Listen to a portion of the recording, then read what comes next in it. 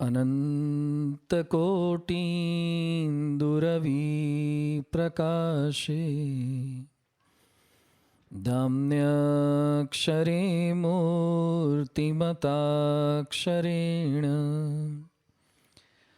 सर्दं स्थितं मोक्तगणावृतं च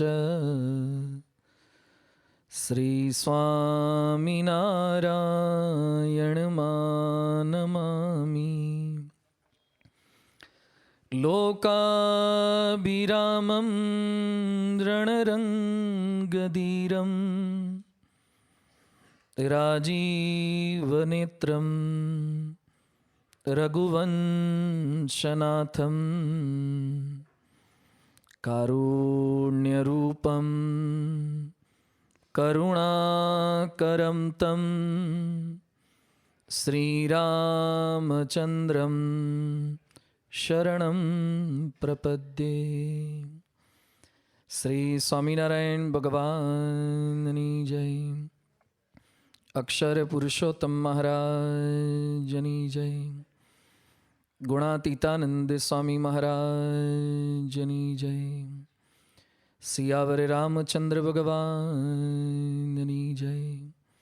राधा कृष्ण देवनी जय। पवन सुत हनुमाननी जय। भगत जी महाराजनी जय। शास्त्री जी महाराजनी जय। योगी जी महाराजनी जय। प्रमुख स्वामी महाराजनी जय। प्रगट गुरु हरि महंत स्वामी महाराजनी जय।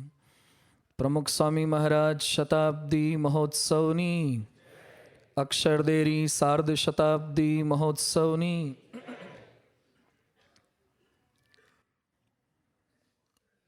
જેઓની ઉપસ્થિતિ માત્રથી જ આપણને માનવતાની પ્રેરણા પ્રાપ્ત થાય છે એવા પૂજનીય સંતો અને આર્ષ પ્રવચનમાળાની અંદર અવિરત જેઓ લાભ લેતા રહ્યા છે, જેઓ માનવતાના માર્ગે ચાલ્યા છે છતાં પણ હજુ કંઈક સવિશેષ જાણવાની પામવાની જિજ્ઞાસા ધરાવે છે એવા સર્વે શ્રોતાજનો સૌ કોઈને જય સ્વામિનારાયણ. આજના પ્રવચનનો વિષય છે માનવતાના મર્મગ્ન ભગવાન શ્રી રામ. કવિ શ્રી ઉમાશંકર જોશીએ કહ્યું છે, જે પ્રજા તેની વિભૂતિઓનું ઉચિત સમયે સન્માન અને સ્મરણ નથી કરતી તે પ્રજા મહાન માણસો પ્રાપ્ત કરવાની શક્તિ ગુમાવી બેસે છે. જે પૂર્વજો થયા છે, જે મહાન પુરુષો થયા છે એનું સમયે સમયે સન્માન કરવું જોઈએ, એનું સ્મરણ કરવું જોઈએ, તો શ્રેષ્ઠ પ્રજા ઉત્પન્ન કરવાની શક્તિ એ માનવ જાતની અંદર બચે છે. એટલે જ સમયે સમયે આપણે ક્યારેક સરદાર જયંતી અને ગાંધી જયંતી ઉજવીએ છીએ, મહાન પુરુષોને યાદ કરીએ છીએ. એની જન્મતિથિ હોય કે એમની નિર્વાણ તિથિ પણ સ્મૃતિ ચોક્કસ કરીએ છીએ. સમયે સમયે આપણે રામ, કૃષ્ણ ભગવાન કે ભગવાન સ્વામિનારાયણની જયંતી ઉજવી અવતારોમાંથી પણ કંઈક ગુણો પ્રાપ્ત કરવાનો પ્રયત્ન કરીએ છીએ. આજે રામ ભગવાનની સ્મૃતિને વંદના કરવા માટે આપણે એકત્રિત થયા છે. મોટે ભાગે રામમાં માનવું એટલે રામ ભગવાનની પૂજા કરવી, દર્શન કરવા, પ્રદક્ષિણા કરવી, માળા કરવી, આરતી કરવી, ભજન બોલવા, થાળ કરવા, ભક્તિ કરવી. આ બધું કરીએ તો લાભ થાય. પણ ઘણાના ઘર પર કંકોત્રીમાં લખ્યું હોય છે શુભ અને લાભ.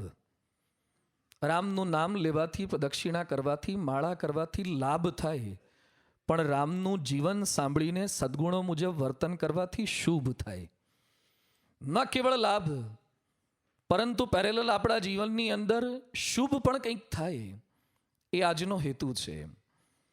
અહીંયા બેઠેલા રામના જીવનથી અપરિચિત હોય એવું તો ભાગ્યે જ કલ્પી શકાય. અહીંયા બેઠેલા તમામને રામનું સમગ્ર જીવન ખ્યાલ છે. ભગવાન શ્રી રામના જીવનને એક શ્લોકની અંદર કવિએ વણી લીધું છે. આદૌ રામ તપોવનાદિ ગમનમ હત્વા મૃગમ કાંચનમ વૈદેહી હરણમ જટાયુ મરણમ સુગ્રીવ સંભાષણમ વાલી નિગ્રહણમ સમુદ્ર તરણમ લંકાપુરી દાહનમ પશ્ચાદ રાવણ કુંભકર્ણ હનનમ એતદ હિ રામાયણમ. એક જ શ્લોકમાં આખું રામનું જીવન આવી ગયું. જન્મ્યા, વિશ્વામિત્ર સાથે ગયા, સીતા સાથે સ્વયંવર થયો, પાછા આવ્યા, જંગલમાં મોકલ્યા, સીતાનું હરણ થયું, સુગ્રીવ સાથે મૈત્રી થઈ, શબરીનો મેળાપ થયો, સમુદ્ર પર સેતુ બાંધ્યો, રાવણ કુંભકર્ણને માર્યા, ઘરે આવ્યા, ખાધું પીધું લહેર કરી, રામાયણ પૂરી. રામાયણની સ્ટોરી બધા જાણે છે, પણ આજે રામાયણની ગ્લોરી જાણવા માટે ભેગા થયા છે. સ્ટોરી તો બધાને ખ્યાલ છે, નોટ ઓનલી ઇન્ફોર્મેશન, પણ એ જ રામાયણ કે એ જ ભગવાન રામ આપણું ફોર્મેશન કઈ રીતે કરી શકે. ભગવાન રામને દશરથના પુત્ર તરીકે આજ્ઞાપાલક પુત્ર હતા, એની વાતો કેવળ નથી કરવી. અહલ્યાના ઉદ્ધારક તરીકે આપણે ઓળખીએ છીએ, પણ એ પણ વાતો બહુ નથી કરવી. શિવ ધનુષ્યના ભંજક હતા, શબરીના આરામ વિરામ કે અભિરામ હતા, વાલીના હરતા, સેતુના નિર્માતા, રાવણના સહારક હતા, એ પણ બહુ વાતો નથી કરવી. પણ આજે વાતો કરવી છે. રામ માનવતાના મર્મગ્ન હતા. વાલ્મીકીએ અને તુલસીએ ગ્રંથો રચીને રામ ભગવાનને લોકભોગ્ય બનાવ્યા. વિશ્વના સેંકડો દેશોની અંદર ભગવાન મૂર્તિ સ્વરૂપે, શાસ્ત્ર સ્વરૂપે, લેખ સ્વરૂપે, અરે કેટલાય શહેરોના નામ રામ ભગવાનના નામ પ્રતિ હોય છે. ગામના નામ હોય, વ્યક્તિના નામ હોય, મુદ્રિકાઓ હોય છે. રામ સેંકડો દેશોની અંદર પહોંચી ગયા છે, યુગો સુધી અમર રહેવાના છે. આજે કેવળ રામને, એમનો વિસ્તાર કેટલો છે એ જાણવાનો આજનો પ્રયાસ નથી, પણ રામના માર્ગને જાણવાનો પ્રયાસ છે. રામાયણ એટલે રામસ્ય અયનમ ઇતિ રામાયણમ. રામનું જવું તે. રામ કયા માર્ગે ચાલ્યા હતા? સર્ચ કરો ગૂગલમાં. અયોધ્યાથી નીકળ્યા અને લંકા સુધી રામનો માર્ગ કયો હતો? ગૂગલ રામનો ભૌતિક માર્ગ બતાવશે, પણ વાલ્મીકીને તુલસીએ રામનો આધ્યાત્મિક માર્ગ બતાવશે. ખાલી સ્થૂળ માર્ગે તો બીજો માણસ પણ કોપી કરી શકે છે, પણ રામનો માર્ગ હતો માનવતાનો માર્ગ. શા માટે આ માનવતાની વાતો કરવી છે? સોક્રેટિસના શિષ્ય હતા ડાયોનિસિયસ. એકવાર બપોરે 12 વાગે નીકળ્યા શહેરની અંદર કંઈક શોધવા માટે, પાછા ફાનસ લઈને નીકળ્યા. 12 વાગે ફાનસની કોઈ આવશ્યકતા હોતી નથી, છતાં એ 12 વાગે ફાનસ લઈને નીકળ્યા. જેટલા માણસો મળે એને પૂછે કે તમે કોણ? તો પહેલો મળ્યો કે હું ડૉક્ટર. બીજાને પૂછ્યું તમે કોણ? હું એન્જિનિયર. ત્રીજાને પૂછ્યું તમે કોણ? વેપારી. જેટલા મળ્યા હજારો લોકોએ પોતાના આવો પરિચય આપ્યો, એક પણ વ્યક્તિ એમ ન બોલ્યો કે હું માણસ છું. ક્યાંક પાણીની અછત છે, ક્યાંક તેલની અછત છે, ક્યાંક પેટ્રોલની અછત છે, ક્યાંક રોકડ રકમની અછત છે. માણસાઈની અછત તો લગભગ બધે જ છે. એટલે છાપામાં લખવું પડે છે, વી વોન્ટ હોલી મેન. અમારે સારા માણસો જોઈએ છે. એક અમેરિકન ચિત્રકાર થઈ ગયા જેમ્સ વિસ્લર. એના પ્રશંસકે એને પ્રશ્ન પૂછ્યો કે તમે હંમેશા સમુદ્રના ચિત્રો કેમ દોરો છો? માણસોના ચિત્રો કેમ દોરતા નથી? સારા ચિત્રકાર છો, તમે સમુદ્ર દોરી શકો તો માણસને પણ દોરી શકો. એટલે બહુ સરસ બોલ્યા કે હવે લાઈફ સાઈઝના માણસો જ ક્યાં રહ્યા છે? જેના ચિત્ર દોરવાનું મન થાય એવા માણસો જ ક્યાં રહ્યા છે? લાઈફ સ્ટાઇલ એટલે શું બની ગયું છે? Less of life and more of styles. જ્યાં જીવન ઓછું છે, સ્ટાઇલ જાજી છે. લાઈફ સારી હોય કે ના હોય, પણ સ્ટાઇલ તો લોકો ચોક્કસ સારી કરતા જ હોય છે. હમણાં જ અમે એક યુવક મળ્યો, એના વાળ વાંકડિયા હતા, એને સીધા કરાવ્યા. 7 વખત વાળંદની દુકાનમાં ગયો. છેલ્લું સિટિંગ એનું 10 કલાકનું હતું. એક એક વાળને પકડીને સીધા કરવા પડે, અને 10 થી 11,000 રૂપિયા વાળંદને ચૂકવવા પડ્યા. બધું આટલો બધો સમય લાગે ને આટલા બધા પૈસા? મને કે સસ્તામાં પત્યું. પણ આટલી બધી વાર લાગે? મને કે સ્વામી 20 વર્ષથી એ વાંકા હતા, તો વાર તો લાગે ને. ખાલી ઉપરનું સીધું કરવામાં વાર લાગે તો આખો માણસને સીધો કરવામાં અમને કેટલી વાર લાગે?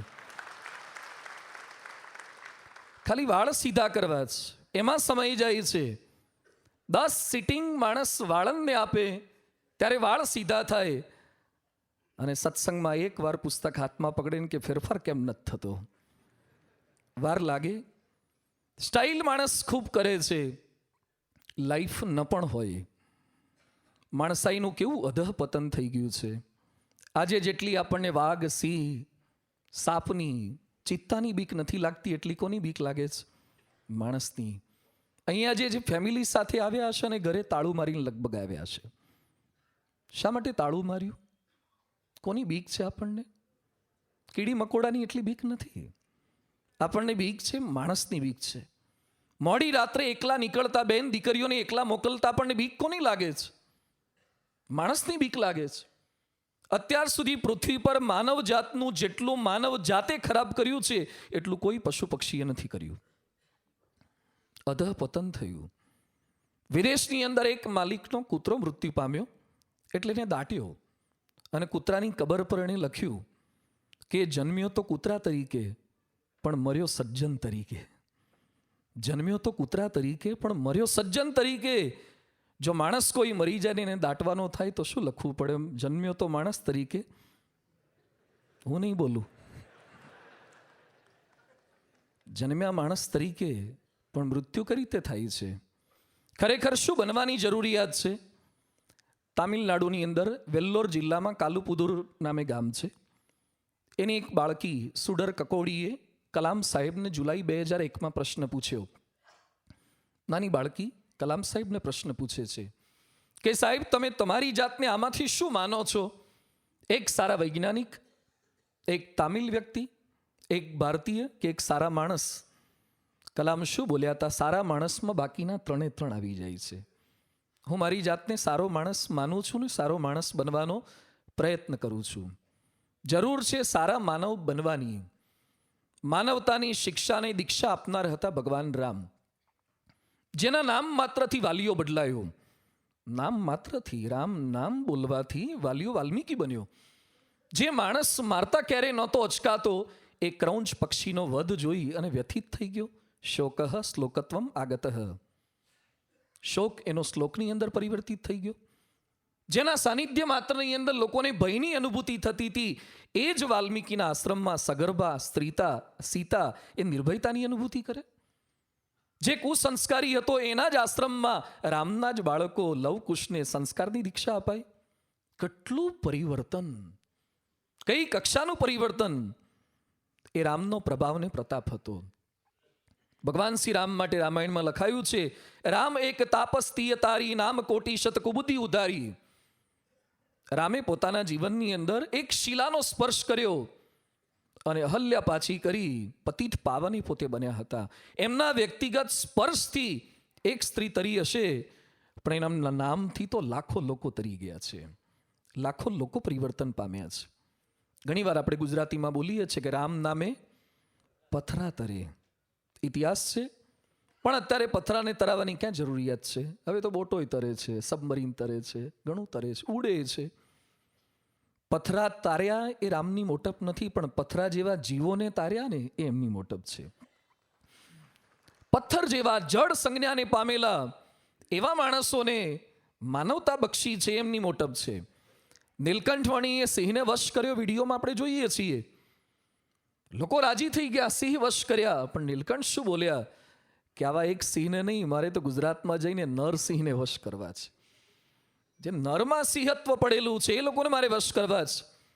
યોગીજી મહારાજને કોઈકે સમાચાર આપ્યા કે બાપા, વડાપ્રધાન કેનેડીનું મૃત્યુ થયું છે, અને જો આપ ઐશ્વર્ય વાપરીને ચમત્કાર કરો ને એમને જીવતા કરી દો ને તો પરચો થઈ જાય, લોકોને ખૂબ ભાવ થઈ જાય.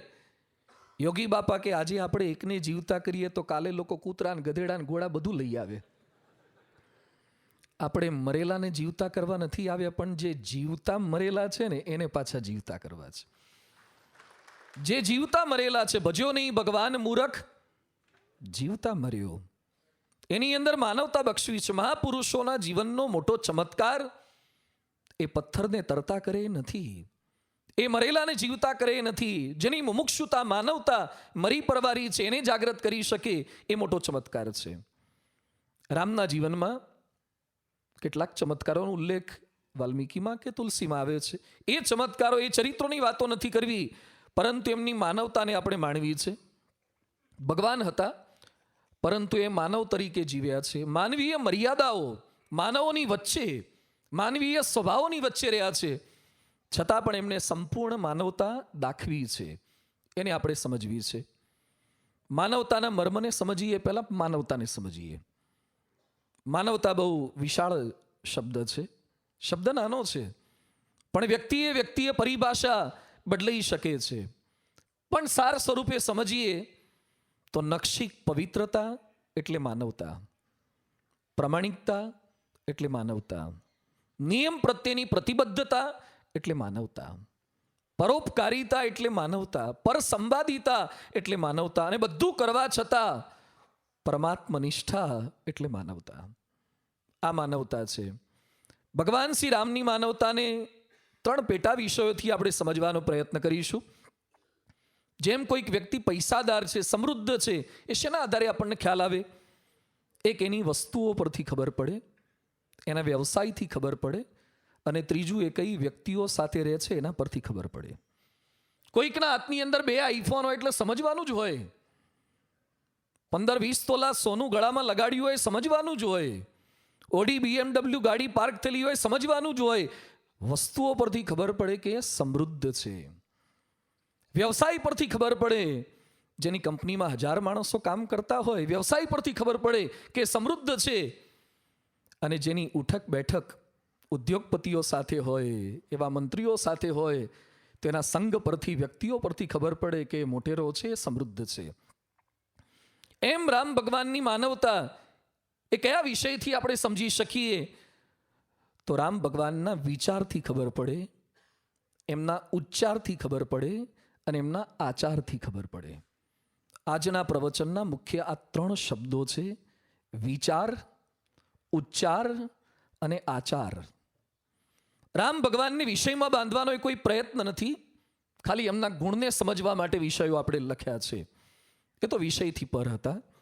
કદાચ અહીંયા આપણે કહીએ એના કરતાં પણ અધિક ગુણો એમના જીવનની અંદર હતા. પહેલું છે રામ ભગવાનની માનવતા. એમના વિચારોમાં માનવતા હતી. ભગવાને માનવજાતને આપેલી મોટી ભેટ હોય તો એક વિચાર શક્તિ છે, જેને લીધે માણસ વિકાસ કરી શક્યો, પ્રગતિ કરી શક્યો. ગાડામાંથી એ રોકેટમાં ઉડતો થઈ ગયો, ઝૂંપડામાંથી આબને આંબે એવા બિલ્ડિંગોમાં રહેતો થઈ ગયો, ટપાલમાંથી એ ફેસબુકની અંદર, મેઇલમાં, વોટ્સએપમાં રાસ્તો થઈ ગયો. પહેલાં બાજુમાં શું ચાલે એ ખબર નહોતી પડતી, હવે હથેળીમાં, લેપટોપની અંદર કે આઈપેડની અંદર સમગ્ર વિશ્વમાં શું ચાલે છે બધું જ આપણને ખબર પડતી થઈ ગઈ. વિચારની નિપજ છે આ. વિચારને કારણે આ પ્રગતિ થઈ છે. પણ માનવ જાતના મોટે ભાગે તમામ લોકોના વિચાર કયા હોય છે? હું સુખી કેમ થઉં, હું સુખી કેમ થઉં, મારું સુખ કેમ વધે. પોતે સુખી થવાના વિચાર કરે તે આધુનિકતા છે, બીજાને સુખી કરવાના વિચાર આવે તે માનવતા છે. બીજા કેમ સુખી થાય, બીજાને લીધે હું કેમ સુખી થઉં, એ રામે નથી કર્યું. મારે લીધે બીજા કેમ સુખી થાય એ રામ ભગવાને સતત કર્યું છે. સુખ જ્યારે મળે ત્યારે તેઓ બીજાનો વિચાર કરતા. સમગ્ર પ્રવચનમાં ભગવાન રામના વાલ્મીકી રામાયણમાં અથવા તો તુલસીમાં અથવા તો અન્ય રામાયણમાં વર્ણવેલા ક્યાંક ક્યાંક નાના મોટા પ્રસંગોને આધારે એમના ગુણોને સમજવાનો આપણે પ્રયાસ કરવાના છીએ. રામાયણમાં ઉલ્લેખ આવે છે કે જ્યારે વશિષ્ઠ ઋષિ રામને સમાચાર આપવા માટે બોલાવે છે કે આવતીકાલે તમારો રાજ્યાભિષેક કરવાનો નિર્ણય કરવામાં આવ્યો છે. આ કોઈ સામાન્ય નિર્ણય નહોતો. અયોધ્યાના રાજા થવાના હતા, ચક્રવર્તી બેતાજ બાદશાહ થવાના હતા. કેટલો આનંદ હોય, કેટલો હરખ હોય. ખાલી કેટલાક કોર્પોરેટર થવાના હોય ને, અને એમાં આ વખતે વિધાનસભાની ખાલી ટિકિટ મળી હોય, જીતનું ઠેકાણું એ ના હોય. ખાલી ટિકિટ મળે એમાં કેટલાક પાર્ટી આપતા હોય છે. એની વચ્ચે આ તો રાજા ડિક્લેર, બિનહરીફ, કોઈ અપક્ષ નહીં, કોઈ વિરોધ પક્ષ નહીં, કોઈ સામે આંદોલન નહીં. છતાં પણ રામ આ સમાચાર સાંભળ્યા પછી વશિષ્ઠ મુનિને, ઋષિને શું કહે છે? રઘુવંશની એક વાત મને બિલકુલ ગમતી નથી. રઘુવંશમાં તો બધું ગમાડવા જેવું જ હતું. એટલે વશિષ્ઠને આશ્ચર્ય થયું કે શું નથી ગમતું? એટલે રામ ભગવાન શું કહે છે? બિમલ બંશ યહ અનુચિત એકુ. એક વસ્તુ અનુચિત છે, મને બિલકુલ નથી ગમતી. વશિષ્ઠ કે શું અનુચિત છે? એ સમયે રામ ભગવાન કહે છે, જન્મે એક સંગ સબ ભાઈ, ભોજન શયન કેલી લરી કાઈ, કરણ બેદ ઉપવીત બિહાહા, સંગ સંગ સબ ભય ઉછા. અમે ચારે લગભગ સાથે જન્મ્યા, સાથે શિક્ષા લીધી, સાથે કર્ણવેદ થયા, સાથે જનોઈના સંસ્કાર થયા, સાથે લગ્ન થયા, સાથે સમગ્ર અમારું ઘડતર થયું.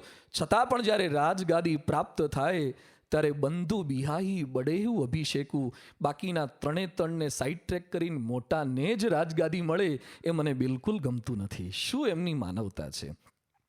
સુખ મળે ત્યારે પ્રશ્ન થાય કે બાકીનાને કેમ નહીં, મને એકલાને જ શા માટે રાજગાદી? કેવા ભવ્ય વિચાર છે. અને આજે ગાદી માટે કેવી ખેંચતાણ થાય છે તો ગાંધીનગર વાળાને જાજી ખબર હોય. એક ખુરશી માટે, એક ગાદી માટે. ખાલી એ લોકો નહીં, આપણે પણ એ જ કરીએ છીએ. ખાલી બસની અંદર સીટ આપણને મળી જાય ને, અને સીટ માટે કેવી દોડધામ, અને મળી ગઈ હોય પછી કોણ ઊભું છે, કેટલા ઊભા છે, ને કેટલી ઉંમરના ઊભા છે એ બિલકુલ આપણે નજર પણ નથી કરતા. આપણી આજુબાજુમાં વૃદ્ધો ઊભા છે, વૃદ્ધાઓ ઊભી છે, દીકરાઓને તેડીને બાઈઓ ઊભી છે, એ કયા દિવસે નજર કરી? સીટ મળી ગયા પછી. અરે સીટની અંદર થોડાક સંકોચાઈને બેસીએ તો એકાદ વ્યક્તિને જગ્યા આપી શકીએ એટલી આપણી ક્ષમતા હોવા છતાં પણ આપણે આંખો બંધ કરી દઈએ છીએ.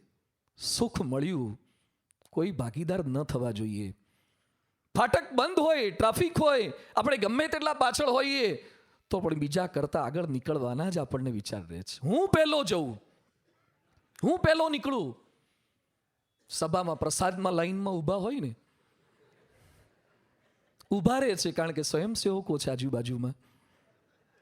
પાછળ ઊભેલાને વિચાર તો એમ જ આવતો હોય છે, ઘૂસ કેમ મરાય, શું કરીએ તો આગળ જવાય, મને ચાન્સ પહેલો મળે, મને પહેલી તક મળે. મારા જ વિચાર. સુખ જ્યારે મળે, જેટલું મળે, જેવું મળે, એમાં બીજાના વિચાર આવે તો સમજો કે આપણામાં માનવતાનો વિકાસ થવાનો પ્રારંભ થયો છે. રામ ભગવાનની આ પ્રકૃતિ હતી. તુલસીદાસ લખે છે, જેહી વિધિ હોઈ સુખી સબ લોગા, કરહી કૃપાનિધિ સોહી સંજોગા. જે રીતે લોકો સુખી થાય એવો જ એમનો પ્રયત્ન હોય છે. એમની વિશેષતા હતી. વિચારોની અંદર એમની માનવતા હતી. પોતે દુઃખ મુક્ત થાય તેવા વિચાર કરવા એ આધુનિકતા છે, અને બીજા દુઃખ મુક્ત થાય તેવા વિચાર કરવા એ માનવતા છે. બીજા દુઃખ મુક્ત થાય. રામ રાજપુત્ર હતા, રાજગાદી એમને મળવાની હતી. સુખ સાહેબી છોડીને વનમાં ગયા છે. મખમલના ગાડલા પર સુનારા રામ એ ઘાસની પથારી પર, દર્ભની પથારી પર એ સૂતા છે. એક દિવસ, 14 વર્ષમાં એક દિવસ એમને આવી પડેલી પરિસ્થિતિની ફરિયાદ નથી કરી. એ રથો, હાથી પર, ઘોડા પર બેસનારા હતા, એને પગપાળા ચાલવું પડ્યું છે, પણ એ વેદના ક્યારે એમણે અભિવ્યક્ત નથી કરી. 32 પ્રકારના ભોજન જમનારા હતા, પણ 14 વર્ષ સુધી એમને કંદ, મૂળ, ફળ, ફૂલ એ ખાઈને રહ્યા છે. મોળો વિચાર કર્યો નથી. પણ એમને દુઃખ થયું ક્યારે? જ્યારે ચિત્રકૂટની અંદર અયોધ્યાની પ્રજા એમને મળવા માટે આવી, અને એ લોકોને નીચે સૂવું પડ્યું, એ લોકોને કંદમૂળ ખાવા પડ્યા, અને રામ વ્યથિત થઈ ગયા. અને વશિષ્ઠને કહે છે, નાથ લોગ સબ નિપટ દુખારી, કંદ મૂલ ફલ અંબુહારી. અયોધ્યાના લોકો આવું ખાવા માટે ટેવાયેલા નથી, આ રીતે સુવા માટે ટેવાયેલા નથી, અને એ લોકોને દુઃખ પડે છે. લોકોનું દુઃખ જોઈને રામ શું કહે છે? સાનુજ ભરત સચિવ સબ માતા, દેખી મોહી પલ જીમી જુગ જાતા. આ લોકોનું દુઃખ જોઈને મારી એક એક પળ યુગ સમાન વીતે છે. બીજાનું દુઃખ જોઈને પળ યુગ સમાન લાગે એ માનવતા છે. લોકોને પોતાના નાના દુઃખ પણ યુગ સમાન લાગે છે. નાનકડા દુઃખ પોતાના, એને આપણે એમ્પ્લિફાય કરીએ છીએ, લોકો આગળ ગાઈએ છીએ. કોઈક સહેજ આપણને પૂછે કેમ છે, અને તરત જ લાંબુ લિસ્ટ શરૂ કરીએ છીએ આપણા દુઃખોનું, આપણી વ્યથાઓનું. કોઈને સામેથી પૂછ્યું તમને કેમ છે? અમારે તો બહુ સારું છે, તમારે તે કઈ વાત કરો. રામ હંમેશા બીજાના દુઃખોથી દુઃખિત થતા હતા, વ્યથિત થતા હતા. આજે માણસ વિકાસના નામે કેવા સંશોધન કરે છે. માણસ ઝડપથી મરે એવા પ્રયત્નો અત્યારે 30,000 વૈજ્ઞાનિકો કરી રહ્યા છે. 30,000 વૈજ્ઞાનિકો સતત આખા વિશ્વના સંશોધન શું કરે છે કે મકાન સલામત રહે, ગાડી સલામત રહે, એના ચપ્પલ સલામત રહે, માણસ ઉપડી જવો જોઈએ. રોકેટ, બોમ્બ, મિસાઇલ ક્ષમતાઓ શેની વધારી રહ્યા છે? રોકેટની રેન્જ વધારી રહ્યા છે. મારા દેશમાં બેઠો બેઠો હું હજારો કિલોમીટર દૂર દેશની અંદર રહેલા માણસોને મારી શકું એવો શક્તિશાળી દેશ મારે બનવું છે. મારા એક બોમ્બથી વધારે માણસોને મારી શકું એવા બોમ્બ મારે બનાવવા છે. મારી એક ગનથી હું હજારો બુલેટ એક સાથે છોડી શકું એવી ગન મારે ડિઝાઇન કરવી છે. ટેકનોલોજીનો ઉપયોગ માણસને સુખી કરવા માટે નહીં, પણ માણસને દુઃખી કરવા માટે કરી રહ્યા છે. બીજાના દુઃખ જોઈને કેટલાક રાજી થાય છે. દુઃખે દુઃખી થવું તે માનવતા છે. દુઃખમાંથી સુખ માટે પ્રયત્ન કરી આપવો એ તો એના કરતાં પણ અધિક માનવતા છે. પરમ પૂજ્ય પ્રમુખ સ્વામી મહારાજ 90ના વર્ષની અંદર લંડનમાં બિરાજમાન હતા. રાત્રે 1:30-2 વાગે અચાનક જાગી ગયા. સેવકે જાગીને જોયું તો સ્વામીજી પ્રાર્થના કરતા હતા, તાળી વજાડીને ધૂન કરતા હતા. હળવે સાદે અડધો કલાક સુધી ધૂન ચાલી. સુવા જતા હતા, હાથ આપ્યો, ખબર પડી ગઈ. પૂછ્યું, શું કરો છો? કંઈ નહીં. છુપાવવાનો પ્રયત્ન કર્યો, છતાં પણ આગ્રહ કર્યો. ત્યારે સ્વામીજી શું બોલ્યા કે ગુજરાતમાં દુકાળ છે, વરસાદ નથી પડતો, દિવસે તો સમય નથી રહેતો, તો રાત્રે ભગવાનને પ્રાર્થના કરું છું કે ગુજરાતમાં દુકાળમાં કોઈ દુઃખી ન થાય, ભગવાન સાનુકૂળતા કરી આપે. લંડનની ઠંડીમાં રાતના 1:30-2 વાગે ગુજરાતમાં જે દુકાળથી દુઃખી જ છે બધા જ સૂતાતા, અને જે સુકાળમાં સૂતાતા એ રાત્રે જાગી જાગીને ભજન કરે છે, પ્રાર્થના કરે છે. 87ના સાલમાં પ્રમુખ સ્વામી મહારાજ રાજકોટથી થોડેક આગળ બેડી રતન પર પધાર્યા અને પેલા એક પાંજરાપોળની અંદર એક બળદની આંખમાં આંસુ જોઈ ગયા અને પ્રમુખ સ્વામી મહારાજ ખૂબ વ્યથિત થઈ ગયા. સંતોને બોલાવ્યા અને સ્વામી કહે છે આપણે બળદો માટે કંઈક કરવું છે. એટલે આપણો વિષય છે બળદો કંઈક. સ્વામી કે બળદો માટે કંઈક કરીએ, કેટલ કેમ્પ ખોલીએ. લગભગ 5 જેટલા કેટલ કેમ્પ ખોલ્યા, 10,000થી વધારે બળદોને સાચવ્યા. સ્વામી કે મારા તમામ સંતોને હું બળદોની સેવામાં જોડી દઈશ. અન્નકૂટના ઉત્સવો સામાન્ય કર્યા, પરંતુ સંતોને, કાર્યકર્તાઓને બળદોની સેવામાં જોડ્યા. જે એક પશુનું, પક્ષીનું દુઃખ સહન ન કરી શકે, કોઈને દુઃખી જોઈ શકતા નથી. પ્રમુખ સ્વામીજીને પૂછ્યું કે આપને કયો વિચાર ક્યારે નથી આવ્યો? કોઈ દુઃખી થાય એવો ક્યારે અમને વિચાર નથી આવ્યો. બીજાના ભલામાં આપણું ભલું. ભગવાન શ્રી રામના જીવનમાં આ હતું. પોતાના સુખમાં પણ એમણે બીજાના વિચાર કર્યા છે અને બીજાના દુઃખની અંદર પણ પોતે કરી તે મદદરૂપ થઈ શકે એ વિચાર કર્યા છે. આ એમની વિચારોમાં માનવતા હતી. પ્રથમ વિષય છે વિચારોમાં માનવતા. બીજો વિભાગ છે રામના ઉચ્ચારોમાં માનવતા. ભગવાને માણસને આપેલી બીજી વિશિષ્ટ કોઈ ભેટ હોય તો આપણી વાણી છે, આપણા ઉચ્ચારો છે. બીજા પશુ પક્ષી કંઈક ને કંઈક બોલી શકે છે, વિચારી શકે છે, પણ આપણા જેવી વાણી, આપણા જેવા ઉચ્ચારો, આપણા જેવા પ્રકારો એ ભગવાને બીજા કોઈને નથી આપ્યા. પણ છતાં હૃદય પર હાથ મૂકીને કહો કે સવારથી સાંજ સુધી આપણા ઉચ્ચારો કેવા હોય છે? પામરતા ભર્યા, પશુતા ભર્યા અને ક્યારેક તો દાનવતા ભર્યા. આપણી વાણીમાં, ઉચ્ચારમાં ભાષા શુદ્ધિ ચોક્કસ હોય છે, પણ ક્યારેક ભાવ શુદ્ધિ નથી હોતી. ભાષા શુદ્ધિ હોય છે, ભાવ શુદ્ધિ નથી હોતી. માણસનું વજન ખાલી વજન કાંટાથી નથી થતું, એના વચન પરથી પણ થાય છે. આપણા વચન એ આપણું વજન કરી આપતા હોય છે. રામના ઉચ્ચારની અંદર જોડણી, સંધિ, વ્યાકરણ શુદ્ધિ કઈ હતી એનો ઉલ્લેખ નથી, પણ રામના ઉચ્ચારોની અંદર ભાવ શુદ્ધિ હતી, માનવતા હતી, નિષ્કપટ વાણી હતી.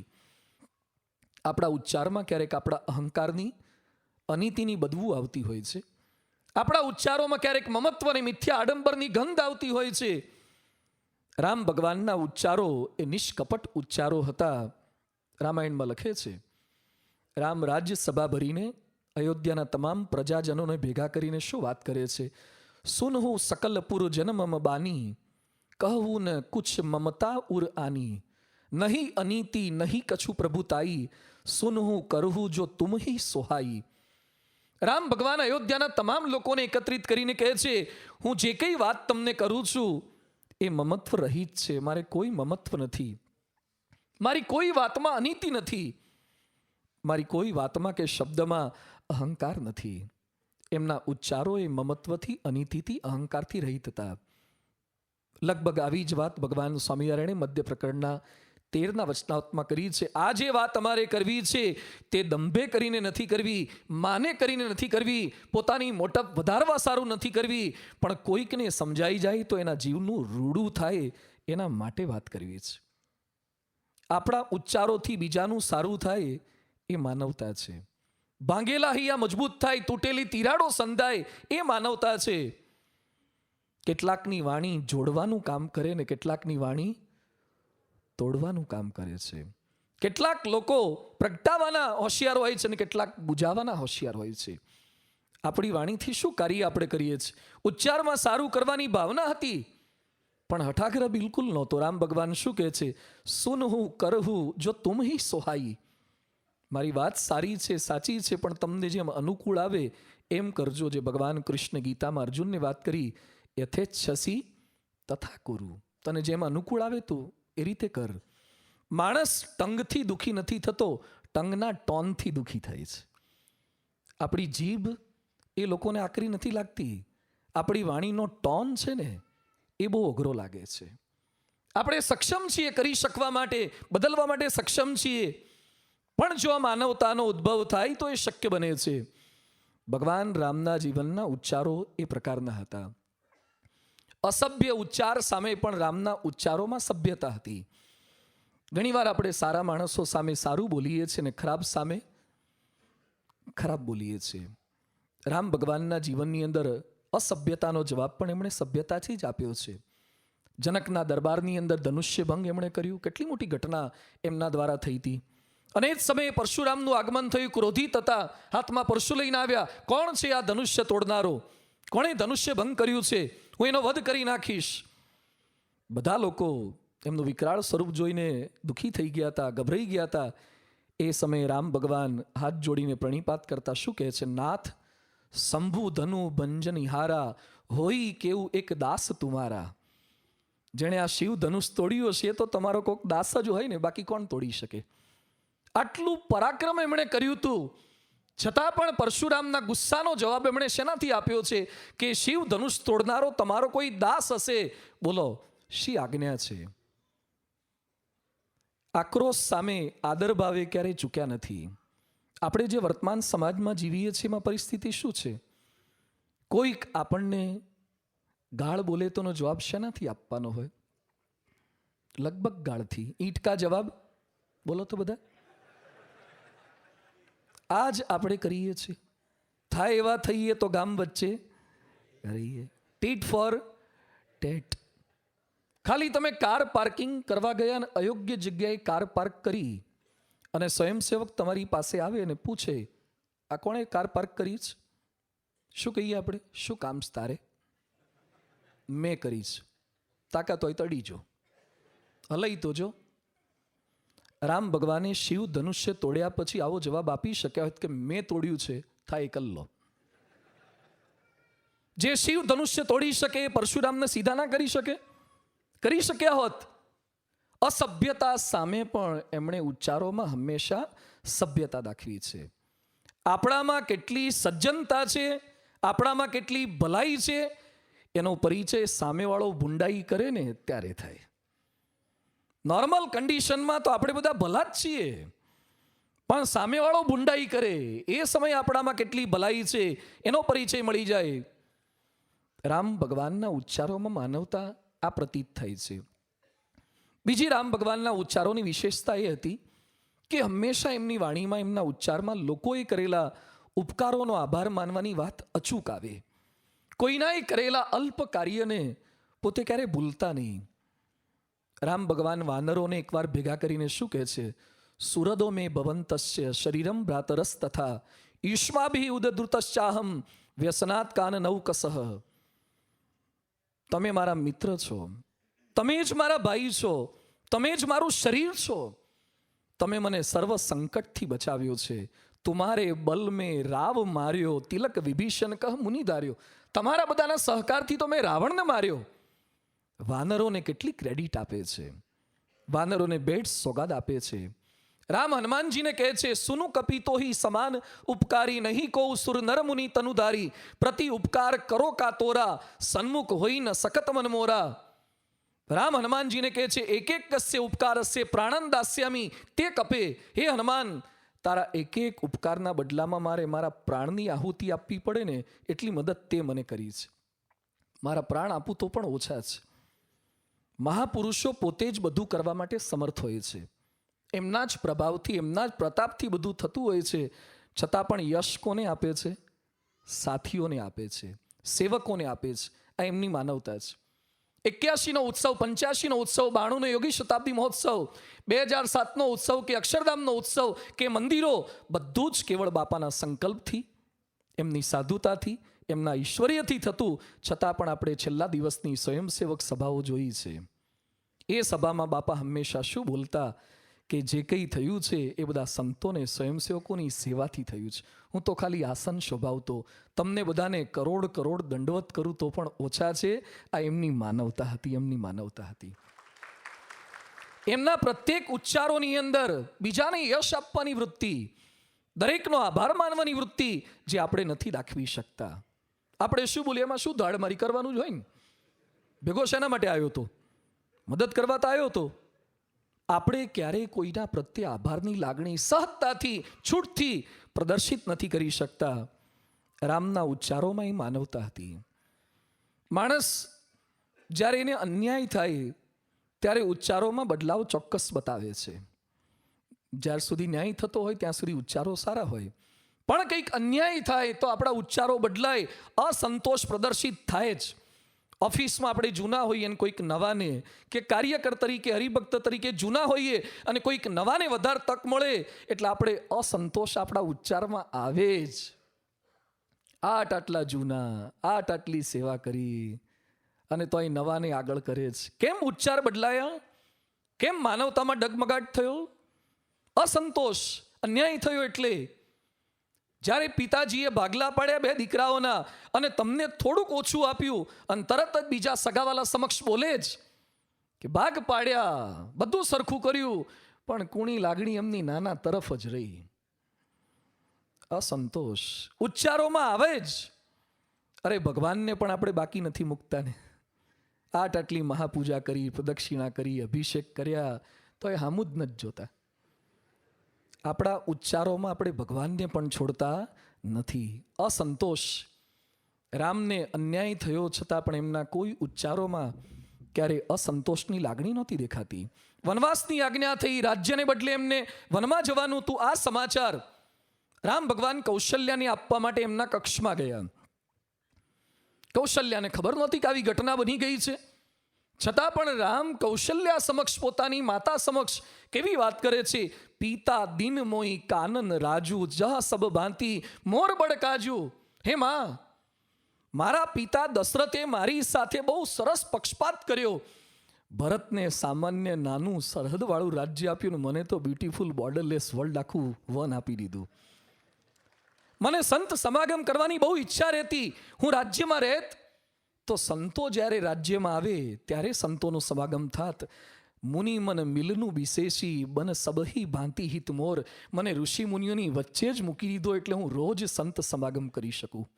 અન્યાય થયો તો પણ એમની વાણીમાં ક્યારે અન્યાય બતાવ્યો?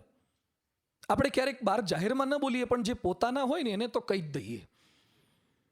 બારણું બંધ કરીને કહીએ, ધીમેથી કહીએ, પણ કહીએ તો ખરા જ.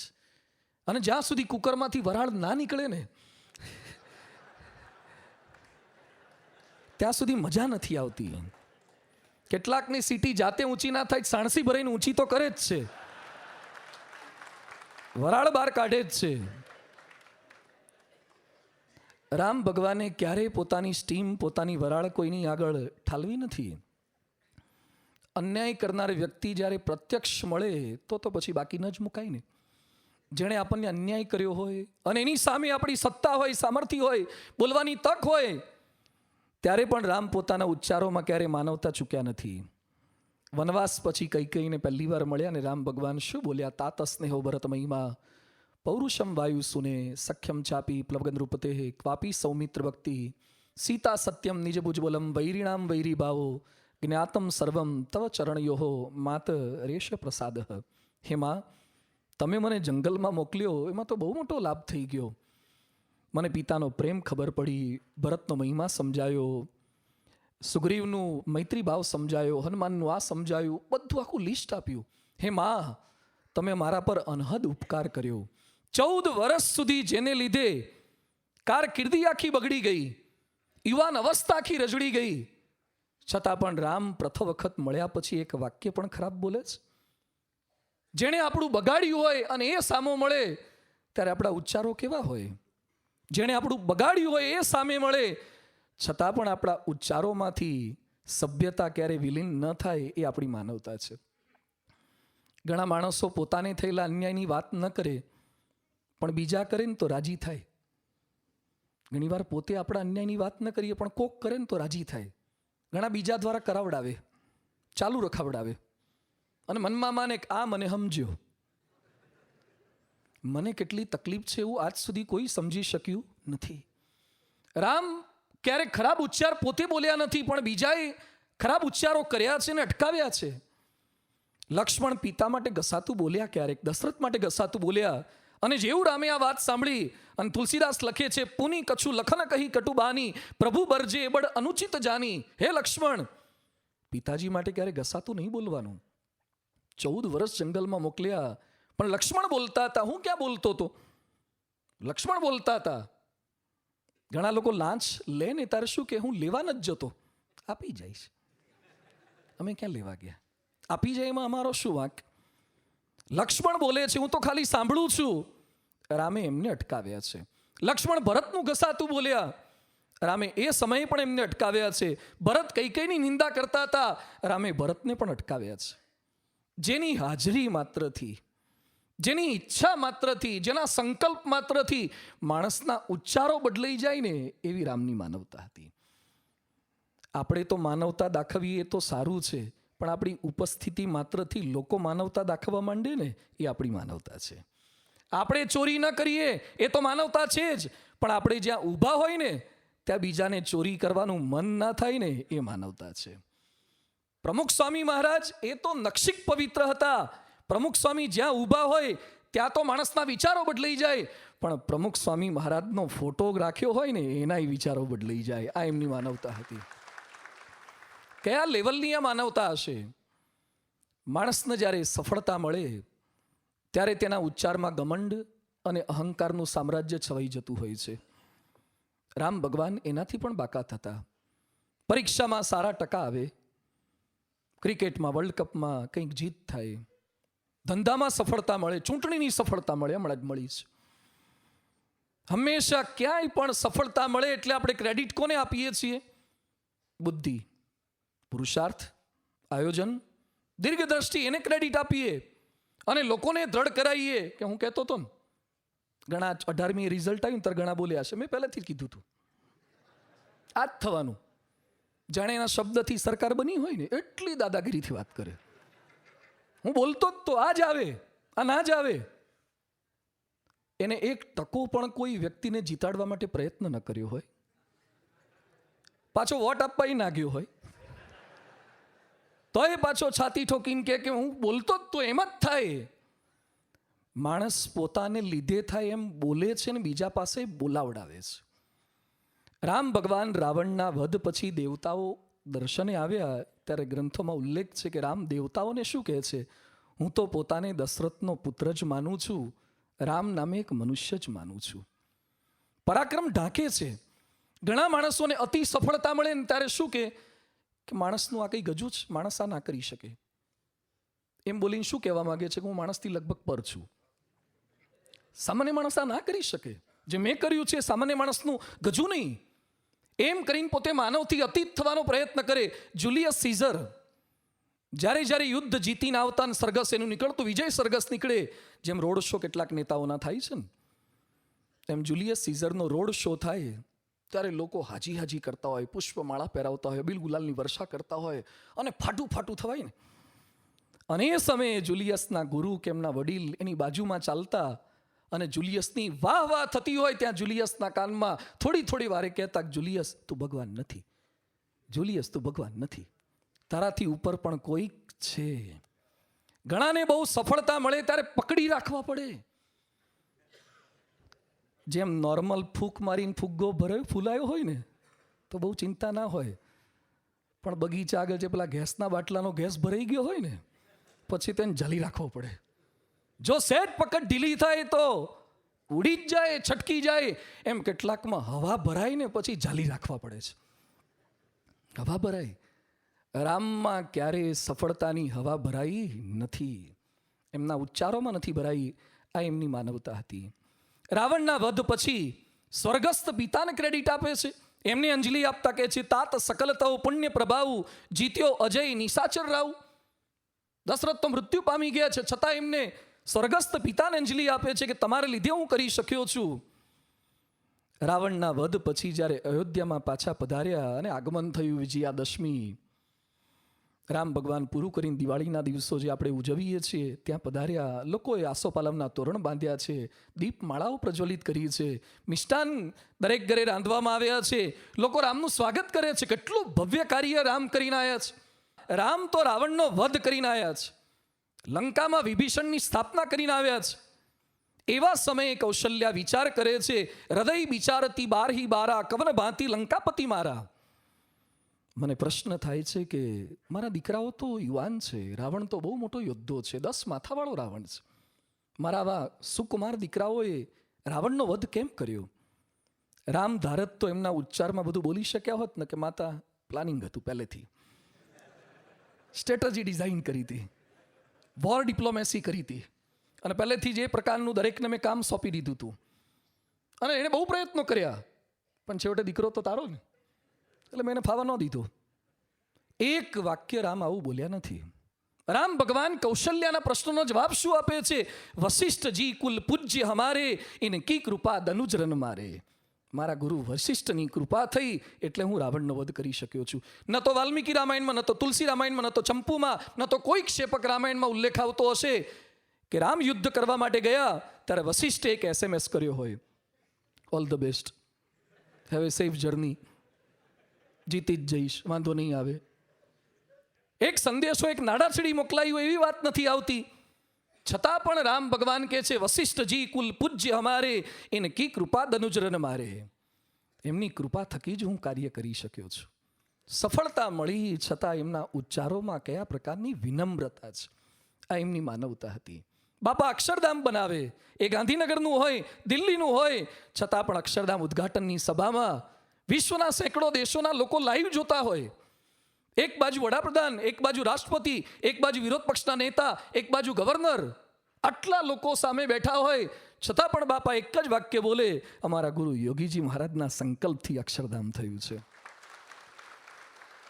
આટલા સંતો એમનાથી આકર્ષાઈને, એમના જીવનથી આકર્ષાઈને એમના માટે દીક્ષા લે, છતાં પણ બાપા એમ બોલે કે યોગી બાપાથી બધા ખેંચાઈને આવે છે, યોગી બાપાના સંકલ્પથી બધા સાધુ થાય છે. બધું જ એ કરે છે, છતાં પણ એમના ઉચ્ચારોમાં આ પ્રકારની વિનમ્રતા છે, આ માનવતા છે. રામ ભગવાનના ઉચ્ચારોમાં ન તો દુરાગ્રહ હતો, ન તો ક્યારે અહંકાર હતો, ન તો અપકાર કરનાર પ્રત્યે, અન્યાય કરનાર પ્રત્યે ઉચાટ હતો. દરેકના ઉપકારોની વાતો એમણે કરી છે, દરેકના ગુણની વાતો એમણે કરી છે. એ રામ ભગવાનના ઉચ્ચારોમાં માનવતા હતી. અને ત્રીજી એમની માનવતા હતી એમના આચારમાં માનવતા, વિચારમાં માનવતા, બીજી ઉચ્ચારમાં માનવતા, અને ત્રીજી આચારમાં માનવતા. એક સંસ્કૃત સુભાષિતમાં લખ્યું છે, મનસી અન્યદ, વચસી અન્યદ, કર્મણી અન્યદ, દુરાત્મનામ. જે દુષ્ટ માણસો છે એ વિચારે છે જુદું, બોલે છે જુદું, અને કરે છે જુદું. પણ મનસી એકમ, વચસી એકમ, કર્મણી એકમ, મહાત્મનામ. જે મહાન પુરુષો છે એ જે વિચારે છે, જે બોલે છે એ જ કરે છે. ઘણા લોકો વિચારે સારું, બોલે પણ સારું, પણ એના વર્તનમાં ઘણો ભેદ દેખાય. રામની કથની અને કરણી એ બધું એક હતું, એ એમની માનવતા હતી. એમના આચારને સમજવાનો થોડોક પ્રયાસ કરીએ. રામ ભગવાન હંમેશા સૌની સાથે રહેતા, સૌને સાથે રાખતા અને સૌને મદદરૂપ થતા. બાળપણથી, અભ્યાસકાળેથી એમની આ પ્રવૃત્તિ ને પ્રકૃતિ હતી. વેદ પુરાણ સુનહી મન લાહી, આપું કહી અનુજન સમુજાઈ. રામ પોતે ભણતા અને સાથે ભાઈઓને, મિત્રોને પ્રેમથી ભણાવતા, શીખવાડતા. આપું કહી અનુજન સમુજાઈ, અનુજને સમજાવતા હતા. આ એમની માનવતા હતી. ઘણા પોતાને આવડતું હોય તો બીજાને શીખવાડે નહીં, મદદ ન કરે. કોઈ કદાચ આગળ નીકળી જાય તો આ બીક રહે છે. રામ એનાથી પર હતા. ભરત રામના ગુણગાન ગાતા શું કહે છે? ભરતે એકવાર રામના ગુણગાન ગાતા આવું કહ્યું હતું, શિશુ પંતે પરિહરેહુ ન સંગુ, કબહુ ન કીન મોર મન ભંગુ. આજ સુધી રામે ક્યારે મારું મન તોડ્યું નથી. એક ભાઈ પોતાના ભાઈ માટે આવું બોલી શકે? આજ સુધી મારા ભાઈએ ક્યારે મારું મન તોડ્યું નથી. મેં પ્રભુ કૃપા રીતિ જીએ જોઈ, હારે હું ખેલ જીતાવહી મોહી. મેં અનેક વખત અનુભવ કર્યો છે કે રમતમાં હું હારતો, એવા સમયે રામ જાણી જતા કે ભરત હારી જશે એટલે પોતે હારી જતા અને મને જીત અપાવતા હતા. આ રામ હતા, આ એમનો આચાર હતો. ન કેવળ વિચાર, ન કેવળ ઉચ્ચાર, પણ બીજાને જીતાડી અને પોતે હાર પસંદ કરતા હતા. આપણી માનસિકતા કેવી હોય છે? બીજા આગળ નીકળે સહન નથી કરી શકતા. લિંકન તો બહુ સારા રાજવી પુરુષ થઈ ગયા, બહુ પવિત્ર હતા, પણ છતાં લિંકને પોતાના બાળપણના એક પ્રસંગનો ઉલ્લેખ કર્યો છે કે પોતે જ્યારે અભ્યાસ કરતા ત્યારે એમના વર્ગમાં એક વિદ્યાર્થી હંમેશા પ્રથમ ક્રમાંકે આવે, લિંકન દ્વિતીય ક્રમાંકે આવે. લિંકન બહુ જ મહેનત કરે, સારું મટીરિયલ ભેગું કરે, તૈયારી કરે, છતાં પણ ઓલવેઝ એમનો સેકન્ડ રેન્ક જ આવે. પેલાને બીટ નહોતા કરી શકતા. એકવાર એમણે પેલાને જ પૂછ્યું કે દર વખતે તારો પહેલો નંબર કેમ આવે છે? મારાથી નાની મોટી ભૂલ રહી જાય છે અને તું બધું જ સાચું કેમ લખી શકે છે?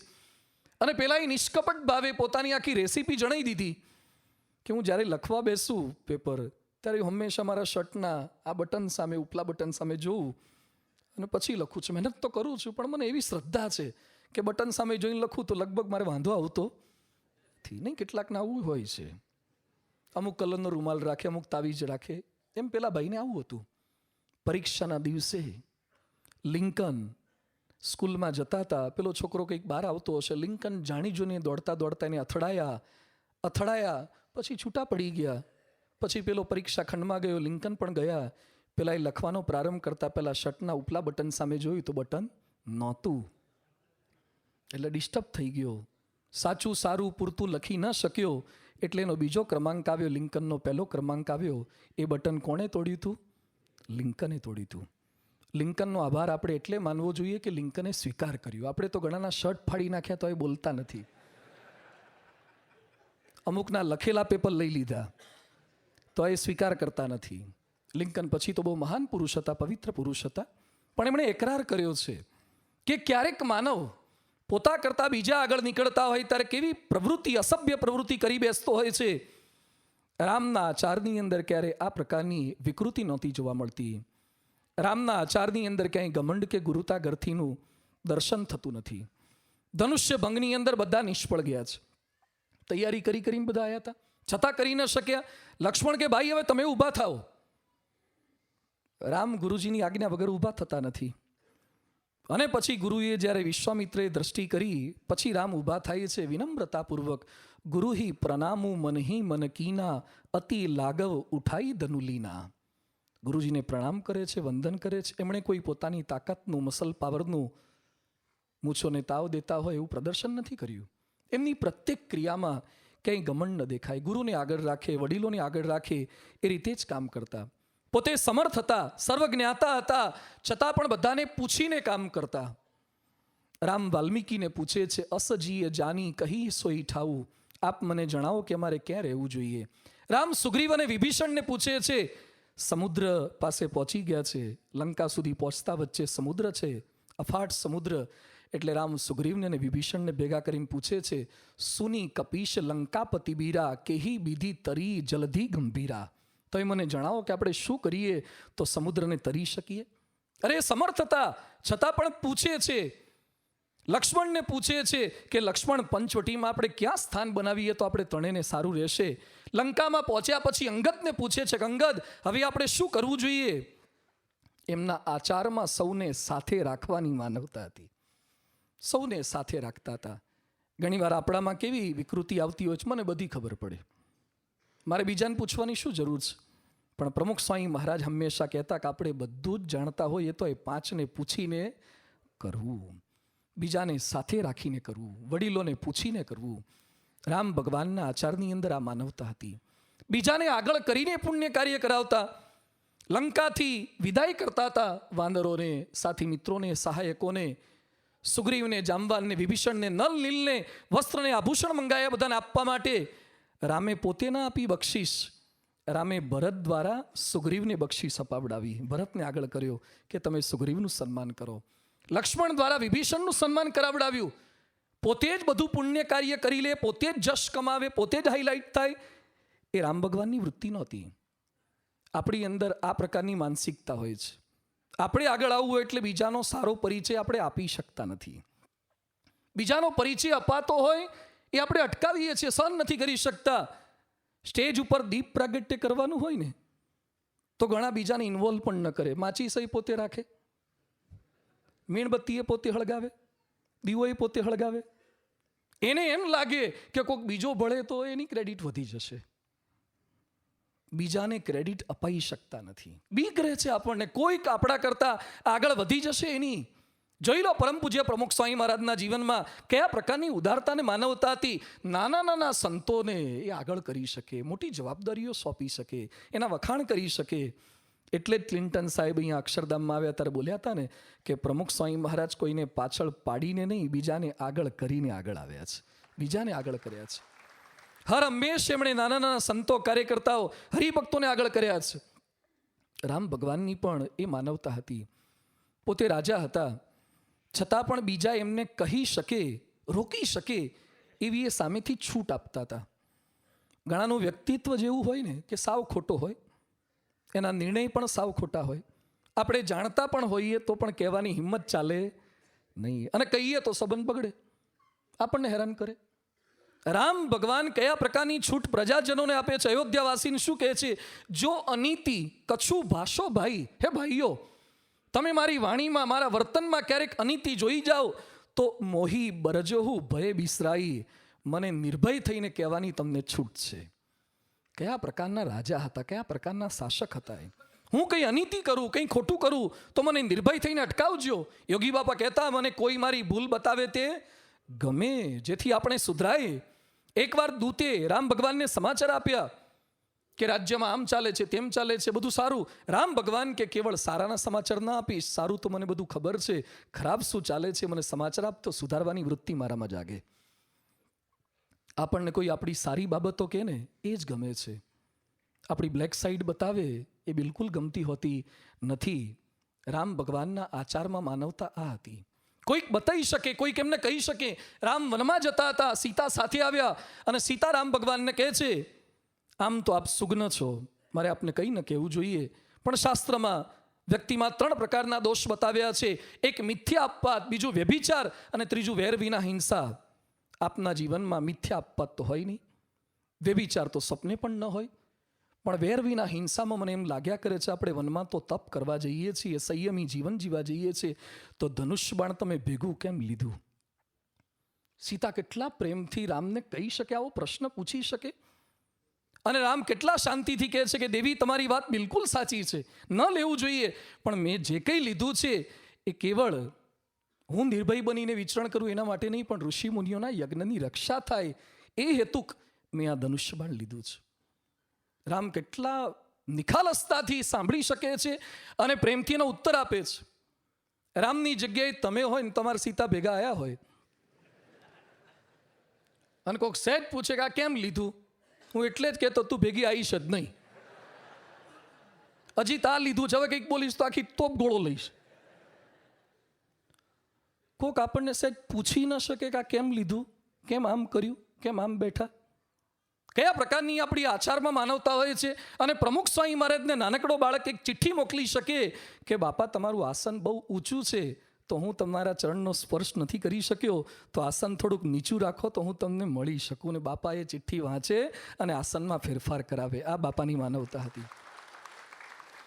સંતો એમને કહી શકે કે બાપા બોલ્યા એ થોડું ખોટું બોલ્યા, અંગ્રેજીમાં બાફ્યું, થોડુંક હિન્દીમાં આવું બોલ્યા. એમની હાજરીમાં આપણે એમની ભૂલો બતાવીએ તો પણ એ આનંદથી એને માણી શકે, એકરાર કરી શકે. આ એમની માનવતા હતી. ઘણીવાર આપણા આચાર સારા હોય પણ કોઈના વિચારોથી, કોઈના ઉચ્ચારોથી આપણા આચારો ચલિત થઈ જતા હોય છે. ઘણા લોકો પહેલાં એકલા હોય ત્યારે સારા હોય, પણ કોઈક ચડાવનારા મળે, કોઈક પીન મારનારા મળે એટલે એનો આચાર બદલાઈ જતો હોય છે. ઘણા વૃદ્ધો અમારી પાસે આવે ને, વડીલો જેના દીકરા પરણાયા હોય, એ બધા શું કે આપણે પૂછીએ કેવું છે લગ્ન પછી, એ કે લગભગ પહેલાં 2 વર્ષ તો બહુ સારું હતું, એ કે બહુ સારી હતી, સીતા જેવી જ હતી, પણ જ્યારથી એની મમ્મી સાથે ઓનલાઈન થઈ છે ફોન પર, અને એનું આખું રિમોટ એના પિયરમાં દીધું છે, એની માએ ચડાઈને એને આખી બદલી નાખી. પહેલાં તો બહુ સારી હતી, મારી દીકરી કરતાં સારી હતી. માણસોના આચાર બદલાય છે કોઈકના વિચારોથી, કોઈકના ઉચ્ચારોથી, કોઈકની ચળવણીથી. રામના ઉચ્ચારો કે આચારો કે વિચારો ક્યારે કોઈના ચળવણીથી બદલાયા નથી. વનમાં જતા પહેલા લક્ષ્મણ રામને કહે છે કે દશરથને કેદ કરી લઈએ. બહુ અસભ્ય શબ્દોમાં લક્ષ્મણ બોલ્યા છે કે આ કામી છે દશરથ તો, અને એને આપણને વાંક વગર જંગલમાં મોકલ્યા છે, એને પૂરી જ દઈએ અને આપણે રાજગાદી લઈ લઈએ. એ સમયે રામ લક્ષ્મણને શાંત પાડીને શું કહે છે, મારા માટે પિતૃ આજ્ઞાથી રાજ્યમાં રહેવું કે વનમાં રહેવું બંને સમાન છે. લક્ષ્મણની ચળવણીથી પણ એ ચડ્યા નથી. એ પાણી જેવા નહોતા, એ અગ્નિ જેવા હતા, બીજાને બદલી શકતા હતા. એ રામના આચારોમાં પવિત્રતા હતી. માણસ ગમે તેટલો સારો હોય, પણ ક્યારેક વાંક વિના દુઃખ પડે ને ત્યારે કદાચ બોલે નહીં, બીજાને જણાવે નહીં, પણ ચહેરાના થોડાક હાવભાવ તો બદલાય. મનમાં રોષ જન્મે, પણ રામના ચહેરા ઉપર પણ આ નહોતું દેખાતું, એમના આચારમાં સ્પષ્ટ પ્રતીત થતું. કૌશલ્યા ભરતને આ વાત કરે છે. રામ જ્યારે વનમાં નીકળી ગયા, ભરત મોસાળમાંથી પાછા આવ્યા, અને કૌશલ્યા ભરતને રામના વનગમનની વાત કરતા શું કહે છે, મુખ પ્રસન્ન મન રંગ ન રોશું, સબ કર સબ વિધિ કરી પરિતોષું. રામને મેં જંગલમાં જતા જોયા, મુખ પ્રસન્ન મન રંગ ન રોશું, લેશ માત્ર રોષ ન પ્રવિવેશ શોકમ. રામના ચહેરા પર, અને પ્રસિદ્ધ શ્લોકમાં આપણે જાણીએ છીએ, આહુતસ્ય અભિષેકાય વિસૃષ્ટસ્ય વનાય છે ન મયા લક્ષિતસ્ય સ્વલ્પોપી આકાર વિભ્રમઃ. લેશ માત્ર એમના ચહેરા પર વિકૃતિ દેખાઈ નથી. આચાર એમનો આ પ્રકારનો હતો. ઘણા સારા વિચારક હોય, સુધારક હોય, સમાજ સુધારક પણ હોય, પણ વ્યક્તિગત જીવનમાં પવિત્રતા ન પણ હોય. એક સામાન્ય માણસ કરતાં પણ બદતર જીવન હોય. રામના વર્તનની અંદર કોઈ લેશ માત્ર ડાઘ બતાવી શકે એવી અપવિત્રતા નહોતી. જનકના ત્યાં જતા પહેલા રામ લક્ષ્મણને કહે છે, રઘુવંશીન કર સહજ સુભાવ, મને કુપંથ પગુ ધરી ન કાવું, મોહી અતિશય પ્રતીતિ મન કેરી, જેહી સપનેહુ પર નારી ન હેરી. હે લક્ષ્મણ, રઘુવંશીનું મન ક્યારે કુપંથમાં પગ ધરતું નથી. મેં સ્વપ્નમાં પણ ક્યારે પારકી સ્ત્રીનો સંકલ્પ કર્યો નથી. ખાલી બોલ્યા નથી, એમના વર્તનમાં ચોખ્ખું દેખાય છે.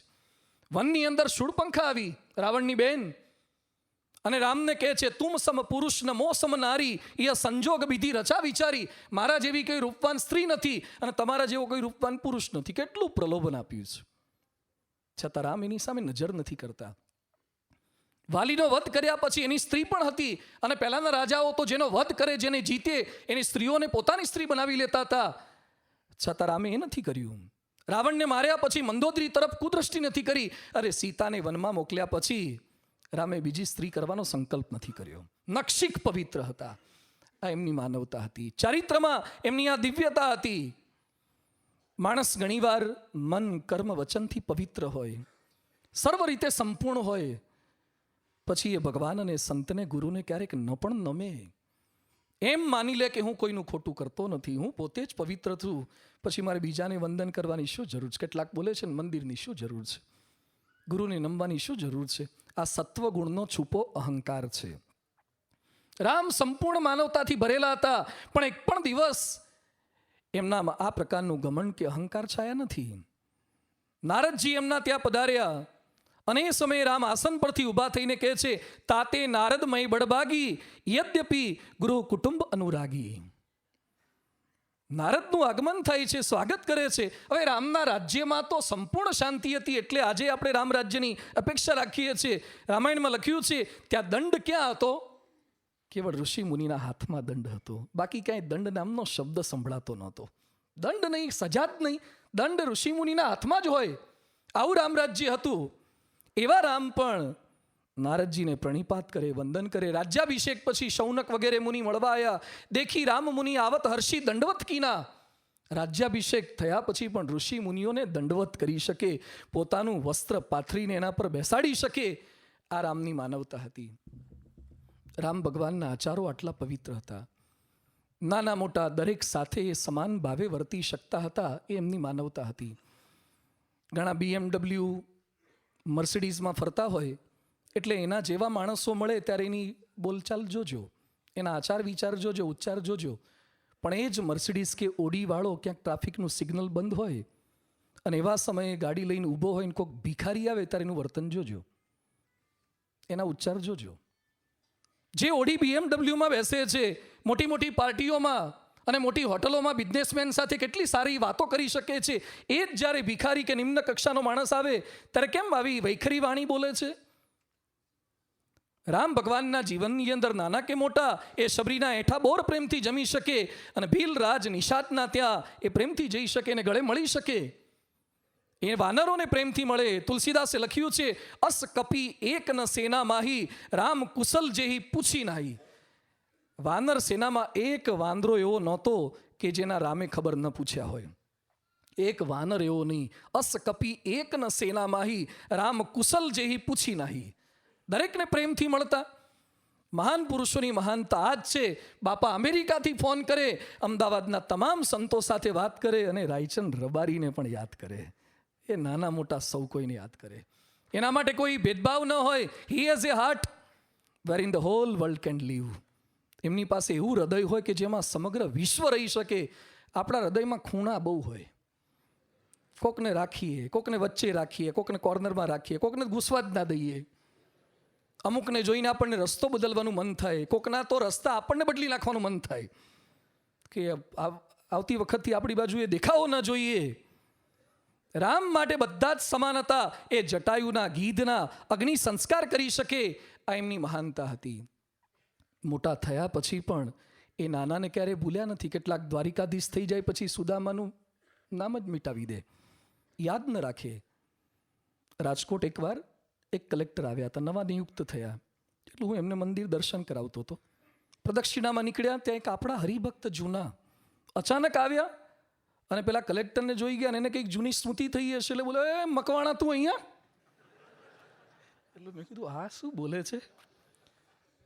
પછી મેં કીધું તમે ઓળખો છો? મને કહું ઓળખું જ ને, મારે ભેગો ભણતો હતો, હું એને બતાવતો હતો. એટલે પેલા કલેક્ટરના ચહેરા પર મેં જોયું અને બિલકુલ ગમ્યું નહીં. હા મળશું પછી મને ખબર પડી કે મોટા થયા પછી તમારા લંગોટિયા પણ મળે ને, અને તમે એ પોઝિશન પર પહોંચી ગયા હોય ને, પછી એની એ સમયની બાળપણની ગામઠી વાતો જે આપણું લેવલ ડાઉન કરતી હોય ને એવી આપણને લાગે છે. રામ રાજગાદીએ બેઠા પછી એમના બાળ મિત્રો મળવા માટે આવ્યા. રામ પ્રેમથી મળે છે. પ્રભુ આદર હી પ્રેમ પહેચાની, પૂછી કુશલ ખેમ મૃદુબાની. રાજા થયા પછી પણ બાળપણના મિત્રોને એ પ્રેમથી મળી શકે છે. રામની આ વિશેષતા હતી. ઉપકાર કરનારને તો બધા સાચવે, પણ અપકાર કરનારને પણ રામ સાચવી શકતા હતા. આ એમનો આચાર હતો. રંચ માત્ર અપકાર કરનાર પ્રત્યે પણ એમનો આચાર બદલાતો નહીં તો આપણે શું કરીએ? દાઢમાં રાખીએ. આપણી દાઢમાં ખાલી જામફળના ઠળિયા જ નથી રહેતા. ઘણા નાખી સાસુ દાઢમાં હોય છે, વહુ દાઢમાં હોય, જમાઈ દાઢમાં હોય, કેટલાક અમને દાઢમાં રાખતા હોય છે. આ દાઢમાં રાખવાની વૃત્તિ બહુ ખરાબ છે. બદલો લેવાની વૃત્તિ સતત. એક છોકરો રાજકોટમાં મારી પાસે આવ્યો, મને કે ટેટુ ભૂસનારા તમને કોઈ ઓળખે છે? આ નવું ટેટુનું શરૂ થયું છે ને. મેં કીધું મને કરનારા નથી ઓળખતા ને ભૂસનારા. તારે કામ શું છે? મને કે મારે ભૂસાવું છે. શું ભૂસાવું છે? એને એના હાથ ઉપર લખ્યું હતું, આઈ લવ માય ડેડી. શું ભૂસાવું છે? મને કે લવની જગ્યાએ હેટ કરવું છે. I hate my daddy. એકનો એક દીકરો છે, એના બાપને અગરબત્તીની ફેક્ટરી છે કેમિકલની, 400 માણસો કામ કરે છે. એના બાપ સાથે બન્યું નહીં, એમાં ટેટુ આખું ભૂસાઈ નખાવું છે. I hate my. 2 વાર તો એને આત્મહત્યાનો પ્રયત્ન કર્યો છે. આ માનસિકતા જ. અમેરિકન લેખક અબજોપતિ નવલકથાકાર સ્ટીફન કિંગ 35 નોવલ લખી છે, 20 નોવેલ પરથી ફિલ્મ બની છે, 60 પુસ્તકો બહાર પડ્યા છે, 6 વેબસાઇટ છે, વર્ષે $4 કરોડ કમાય છે, 30 કરોડ નકલો વેચાઈ છે. અત્યાર સુધીમાં એને લખેલા 10 અબજ રૂપિયાના પુસ્તકો વેચાયા છે. છતાં પણ થોડાક વર્ષો પહેલાં એકવાર ચાલતા જતા હતા, એક ગાડી એમને અડફેટે લીધા, થોડુંક વાગ્યું, મરી તો ના ગયા, વાગ્યું. એણે બદલો લેવા માટે જે ગાડીથી પોતાને ઈજા થઈ હતી આખી ગાડી ખરીદી લીધી. ખરીદ્યા પછી રોજનો એનો ક્રમ પ્રાતઃ પૂજા પછી એક ધોકો લેવાનો, એક લોખંડનો દંડો રાખ્યો છે અને ગાડી પર ખીજ ઉતારે છે. આ ગાડીએ મને અથડાયો હતો. વર્ષો સુધી એણે આ ક્રમ કર્યો. માણસો નિર્જીવ ગાડીને નથી છોડતા, તો કોકને અડફેટમાં ચડી ગયા હોય તો મૂકે. જ્યારે રામ વિના વાંકે વનમાં મોકલનાર કૈકેયીને પણ વનમાંથી પાછા ફર્યા પછી એક વાક્ય બોલ્યા નથી, અરે વિચાર્યું નથી, બોલવા દીધા નથી. પ્રભુ જાની કૈકેયી લજાની, પ્રથમ તાસુ ગુરુ ગયે ભવાની. અયોધ્યામાં પાછા આવ્યા પછી સૌથી પહેલા રામ કોના ઘરમાં ગયા?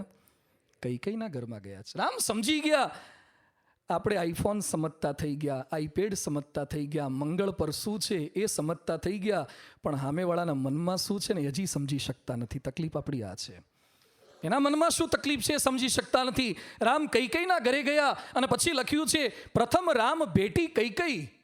રામ કૈકેયીને ભેટે છે, પગે લાગે છે અને પછી એમ કહે છે કે માતા, આમાં તમારો કોઈ વાંક નથી, આ તો વિધાતાએ લખ્યું હોય ને એ મુજબ થાય.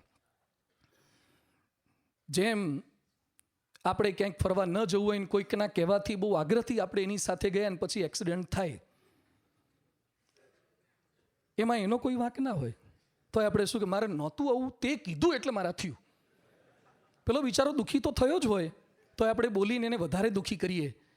પણ એ સમયે જો આપણે એમ બોલી શકીએ ને કે જો મને વાગવાનું લખ્યું હોત ને તો ઘરે હોત ને બાથરૂમમાં તો પણ વાગત, એટલે તું ચિંતા લેશ માત્ર કરતો નહીં. આપણી માનવતા છે, માનવતા છે. રામ એ કરી શક્યા. અપકારનો બદલો પણ એમણે ઉપકારથી લીધો છે. ક્યારે એમના આચારની અંદર લેશ માત્ર એ પ્રકારની ભાવના નથી દેખાઈ. આજે કળિયુગની અંદર માણસના જીવનની અંદર સતત આ વૃત્તિ હોય, હાલતા ચાલતા માણસ ફરી જાય, અભી બોલા અભી ફોક. પણ રઘુકુલ રીતિ સદા ચલી આવી, પ્રાણ જાય અરુ બચન ન જાય. 14 વર્ષ વનમાં રહ્યા પછી પિતાની આજ્ઞાનું અક્ષરશ પાલન કર્યું છે. સુગ્રીવના ત્યાં અભિષેકમાં નથી ગયા, લક્ષ્મણને મોકલ્યા છે. વિભીષણના ત્યાં લક્ષ્મણને મોકલ્યા છે, કારણ કે પિતાની આજ્ઞાથી 14 વર્ષ ક્યાં રહેવાનું? વનમાં રહેવાનું. એટલે રાજ્યમાં હું ન જઈ શકું. અને 14 વર્ષ પૂરા થયા પછી વિભીષણ સરભરાની તૈયારી બતાવે છે, છતાં પણ રામ કહે છે મારાથી નહીં રોકાવાય, કારણ કે મેં ભરતને વચન આપ્યું છે, હું તરત પાછો ત્યાં આવી જઈશ. જે બોલે છે એમ રામ કરે છે. અમે માર્કેટિંગ યાર્ડમાં પધરામણી ગયા હતા, એક ભાઈના ત્યાં, પેઢીમાં વેપારીના ત્યાં. તે ભાઈને મોબાઈલની અંદર કંઈક ફોન આવ્યો, એટલે મોબાઈલ એમણે રિસીવ કર્યો. પછી એ જે બોલ્યા એ આવું હતું, હા નીકળી જ ગયો છું, બસ પહોંચવામાં જ છું, આવું જ છું, છોકરાઓને તૈયાર રાખજે. એટલે મને ખબર પડી કે હોમ મિનિસ્ટરનો ફોન લાગે છે. ક્યાંય નીકળ્યા નહોતા, અમારી સામે ઊભા હતા. પણ આપણે શું કરા સંબંધ બગાડવા, કારણ કે અમારે લેવાનું બાકી હતું. ત્યાં પછી અમારી સાથે થોડીક વાત કરતા હતા, ટેબલ ખુરશી પર બેઠા, ત્યાં લેન્ડલાઇનમાં રિંગ વાગી. વાતોમાં તને ખબર નહીં, હલો રમેશભાઈ બોલું. ત્યાં અમેથી ક્યાં નીકળી ગયા હતા ને ક્યાં હજી તો ત્યાં ભરાયા છો. માણસો સતત ખોટું બોલે છે, વચનનું ઉલ્લંઘન કરે છે. એ પત્ની સાથે, પિતા સાથે, ભાઈ સાથે આપણને લાભ થતો હોય તો માણસ ગમે ત્યારે ફરી જતા વાલ લગાડતો નથી. મહાપુરુષોનું લક્ષણ એ છે, બાપાને હાર્ટ એટેકનો દુખાવો થાય 83ની સાલમાં અને સુંદલપુરાથી એમને વડોદરા લઈ જતા હોય એ સમયે પણ બાપા ગાડી ઊભી રખાવીને યાદ કરે છે કે ડાહ્યાભાઈ ગજ્જરના ત્યાં પારણમાં જવાનું મેં વચન આપ્યું હતું, હું નથી જઈ શક્યો તો આચાર્ય સ્વામીને ત્યાં મોકલજો. હૃદયના દુખાવાની વચ્ચે એમને આપેલા વચન યાદ આવે છે. આ મહાન પુરુષોની મહાનતા છે. રામ ભગવાનની મહાનતા હતી. શરણે આવેલા જે એમના સાનિધ્યમાં આવ્યા એ પછી વિભીષણ હોય તો પણ એને પ્રાણના ભોગે એ રક્ષા કરી શકે છે. આવત દેખ શક્તિ અતિ ગોરા, પોતાના શરીર પર શક્તિ લઈ લે છે અને વિભીષણની રક્ષા કરે છે. રામના આચારમાં સંપ છે, સરળતા છે, સહનશીલતા છે, સ્થિરતા છે, વચન પાલનતા છે. આવી એ પ્રકારની એમના જીવનની અંદર સતત માનવતા છે. એટલે રામ માટે કહેવાયું છે રામો વિગ્રહવાન ધર્મ. રામ જાણે ધર્મનું મૂર્તિમાન સ્વરૂપ છે. આજે રામને આપણે દેવતા સ્વરૂપે, મૂર્તિ સ્વરૂપે પૂજનીય, વંદનીય, સ્મરણીય ગણીએ છીએ. આજે થોડાક અનુકરણીય રામ છે. ખાલી સ્મરણીય, ખાલી પૂજનીય, ખાલી વંદનીય નથી, પણ એ અનુકરણીય છે એ જાણવાનો આપણે પ્રયત્ન કર્યો છે. રામાયણમાં 3 પ્રકારના પરિવારની વાતો આવે છે. એક નર પરિવાર, બીજું વાનર પરિવાર અને ત્રીજો દાનવ પરિવાર. આજે આપણે પસંદગી કરવાની છે કે આપણે કયા પરિવારમાં આવીએ છીએ. કોઈકનું પાકીટ મળી જાય અને કોઈકનો મોબાઈલ મળી જાય એ સમય લેવાની વૃત્તિ જાગે, બહુ ચિંતા ન કરવી, એ પ્રકૃતિ છે. પણ કોઈકના ખિસ્સામાંથી પૈસા કાઢી લેવાનું મન થાય એ વિકૃતિ છે. અને કોઈકની મળેલી વસ્તુ માલિકને પાછી અપાય એ સંસ્કૃતિ છે. વાનર એ પ્રકૃતિ મુજબ આચરણ કરે, દાનવ એ વિકૃતિ મુજબ આચરણ કરે અને નર એ સંસ્કૃતિ મુજબ આચરણ કરે. રામ ભગવાનના જીવનમાં આ વૃત્તિ હતી. આપણે નક્કી કરવાનું છે કે આપણે વિકૃતિમાંથી પ્રકૃતિમાં અને પ્રકૃતિમાંથી સંસ્કૃતિ તરફ ગતિ કરવાની છે. સમગ્ર પ્રવચનના સાર સ્વરૂપે એમના વિચારોમાં માનવતા હતી, એમના ઉચ્ચારોમાં માનવતા હતી, એમના આચારમાં માનવતા હતી. આપણામાં માનવતા કઈ રીતે આવી શકે? નાના નાના પ્રસંગોથી આપણે શીખી શકીએ છીએ. રોડ પર તમામ ગાડીઓની વચ્ચે આપણી ગાડી ચાલે અને ગાડી પર એક પણ સ્ક્રેચ ન થાય એ આપણી ગાડી ચલાવવાની કુશળતા છે. પણ સ્ક્રેચ થયા પછી મનમાં સ્ક્રેચ ન થાય ને એ માનવતા છે. અને આપણી ગાડીને સ્ક્રેચ થયા પછી ગાડી ઊભી રાખીને સામેવાળી ગાડીને સ્ક્રેચ ન કરી નાખીએ કે એને આખો સ્ક્રેચ ન કરી નાખીએ, સ્ક્રેપ કરી નાખે ઘણા તો. જેણે સ્ક્રેચ કર્યા હોય એને આખો સ્ક્રેપ કરી નાખે, એ ન કરીએ એ માનવતા છે. એકવાર અમે પધરામણી ગયા હતા. એક સાંકડી શેરીમાંથી અમારે નીકળવાનું થયું. અમે ગાડી લઈને નીકળ્યા, વન વે જેવું હતું. કહેતા એક જ ગાડી આવ જાવ થઈ શકે, આ આવે તો સામેની ના આવી શકે. અમારા ડ્રાઈવરે લાઇટ બતાવી દીધી હતી, છતાં સામેથી એક છકડાવાળો આવ્યો. ગાંધીનગરમાં છકડાનો બહુ પરિચય નહીં હોય તમને, આ સૌરાષ્ટ્રની આઈટમ છે.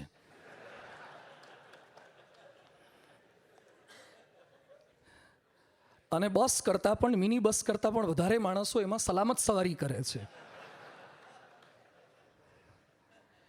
એટલે એ છકડો લઈને ભાઈ આવ્યો. આને લાઇટ મારી હતી, હોર્ન માર્યા છતાં એ વચ્ચોવચ્ચ આવીને ઊભો રહી ગયો. હોર્ન માર્યા છતાં ખસે નહીં. પછી તો એણે એવું કર્યું કે ગાડી છકડો બંધ જ કરી દીધો અને પલાઠી વાળીને બેસી ગયો. તો અમારા ડ્રાઈવરે પણ ગાડી બંધ કરી. મને કે એ જોવે છે તો આપણે જોઈ લઈએ, રસ્તો એના બાપનો છે. મેં કીધું એને તો સમય છે, એ તો આરો આખો દિવસ બેસી રહેશે, આપણે શું કરવાનું? મને કે એ ના જાય તો આપણે શું કરવા પાછું જવાનું? બધું યાદ રાખ, છકડામાં રિવર્સ ગેર ક્યારે હોતા?